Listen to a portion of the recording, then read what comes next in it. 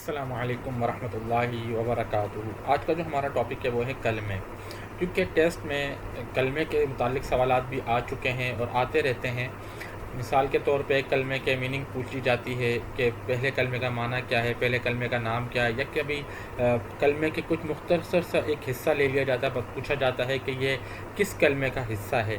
تو لہٰذا آج ہم نے اپنے اس ٹاپک میں کلمے سے متعلق سوالات آپ کے سامنے پیش کریں گے اور ان کے جوابات آپ کے سامنے دیے جائیں گے۔ سوال بہت دفعہ یہ سوال آ چکا ہے اور اس کا اکثر و بیشتر جو گائیڈز وغیرہ میں ہم نے دیکھے ہیں ان میں غلط جواب لکھا ہوتا ہے۔ مثال کے طور پہ یہ سوال آتا ہے کہ قرآن کریم میں کتنی بار پہلا کلمہ آیا ہے، یا قرآن کریم میں کتنی بار کلمہ مینشن ہے، ٹھیک ہے، اور اس کے جواب میں نے دیکھا ہے اکثر 2 جگہ لکھا ہوتا ہے، 2، جبکہ یہ جواب بالکل غلط ہے۔ قرآن کریم میں کہیں پر بھی پورا کلمہ مینشن نہیں ہے، ایک بار بھی کلمہ مینشن نہیں ہے۔ ہاں، یہ ایک الگ بات ہے کہ قرآن کریم کا جیسے کلمے کا پہلا حصہ ایک الگ مقام پر موجود ہے اور دوسرا حصہ یعنی کہ لا الہ الا اللہ ایک مقام پر آیا ہے اور محمد الرسول اللہ صلی اللہ علیہ وسلم دوسرے مقام پر آیا ہے۔ تو کبھی اس طرح کا سوال آ جائے تو آپ نے اس پہ جواب دینا ہے نن آف دیز۔ یہ آپشن بھی اس میں موجود ہوتا ہے، لیکن عموماً جو میں نے اکثر گائیڈز وغیرہ دیکھے ہیں ان میں یہ سوال موجود ہوتا ہے اور اس کا جواب بھی لوگوں نے غلط دیا ہوا ہوتا ہے کہ 2 ٹائم جو ہے نا کلمہ قرآن کریم میں آیا ہے، جبکہ ایسا نہیں ہے۔ سوال آتا ہے کس کلمے میں توحید و رسالت کا اقرار ہے؟ تو اس کا جواب ہے پہلا کلمہ، اور جس کا مطلب ہے، جس کا نام ہے طیب۔ طیب کے معنی ہوتے ہیں پاک ہونا، ہر طرح سے شرک سے پاک ہونا، اسی لیے اس کلمے کو طیب کہا جاتا ہے، کیونکہ اس میں لا الہ الا اللہ نہیں ہے کوئی معبود سوائے اللہ تعالیٰ کے، اور حضرت محمد رسول اللہ صلی اللہ علیہ وسلم اللہ تعالیٰ کے رسول ہیں۔ شہادتین سے مراد کون سا کلمہ ہے؟ شہادتین اس کو کیوں کہتے ہیں؟ کیونکہ اس میں 2 گواہیاں دی جاتی ہیں۔ پہلا ایک تو اللہ تعالیٰ کے وحدہ لا شریک ہونے کی گواہی دی جاتی ہے، اور دوسری گواہی جو دی جاتی ہے وہ حضور اکرم صلی اللہ علیہ وسلم کا اللہ کا بندہ ہونا اور اس کا رسول ہونے کی گواہی دی جاتی ہے۔ تو لہٰذا اس کلمے کو شہادتین بھی کہا جاتا ہے، کیونکہ اس میں آپ کو بتا چکا ہوں 2 شہادتین کے معنی ہیں 2 گواہیاں، ٹھیک ہے۔ دوسرے کلمے کا نام اور معنی بتائیں۔ دوسرے کلمے کا نام شہادت ہے، اور یعنی گواہی دینا، اور میں بتا چکا ہوں کہ گواہی کس کی دی جاتی ہے۔ تحلیل سے کیا مراد ہے؟ یہ سوال بھی آ چکا ہے۔ تسبیح سے کیا مراد ہے؟ تکبیر سے کیا مراد ہے؟ تحلیل سے کیا مراد ہے؟ تسبیح سے مراد سبحان اللہ پڑھنا، سبحان اللہ والحمد للہ، اور تکبیر جو اکثر و بیشتر پڑھے جاتے ہیں، آپ سنتے ہوں کہ نماز میں تکبیر ہو رہی ہے تو اللہ اکبر کو جو ہے وہ تکبیر کہتے ہیں، اور تحلیل سے مراد کیا ہے؟ کلمہ پڑھنا۔ یہ سوال بھی عموماً آتا رہتا ہے۔ تیسرے کلمے کا نام بتائیں۔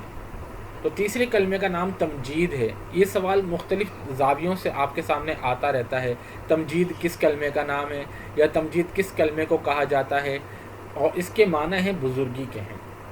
اب جیسے میں نے آپ کو بتایا تھا کہ بسا اوقات کچھ پارٹس آ جاتا ہے، کسی بھی کلمے کا حصہ آ جاتا ہے اور پوچھا جاتا ہے کہ یہ کس کلمے کا حصہ ہے، تو اس کا نہیں ہے کسی قسم کی قوت اور طاقت مگر اللہ کی مدد سے۔ کس کلمے میں اس بات کا اقرار کیا جاتا ہے؟ تو اس میں 2 کلمے ہیں۔ ایک تیسرے کلمے میں یہ الفاظ موجود ہیں لا حول ولا قوت الا باللہ العلی العظیم، اور 5ویں کلمے میں بھی یہی الفاظ موجود ہیں۔ تو اکثر و بیشتر اس کا سوال میں آتا ہے، بندے کنفیوز ہو جاتے ہیں کہ تیسرا کلمہ ہے یا 5واں، اور اس میں آپشن بھی ہوتا ہے بسا اوقات بوتھ آف دیز یا نن آف دیز۔ تو آپ نے سب سے پہلے بوتھ آف دیز پر دیکھنا ہے کہ تیسرا اور 5ویں کلمے کا اگر آپشن موجود ہے تو پھر اس میں آپ نے none of these both of these کرنا پڑے گا، کہ یہ دونوں تیسرے میں بھی موجود ہے اور 5ویں کلمے میں بھی موجود ہے۔ کلمہ توحید کس کلمے کا نام ہے؟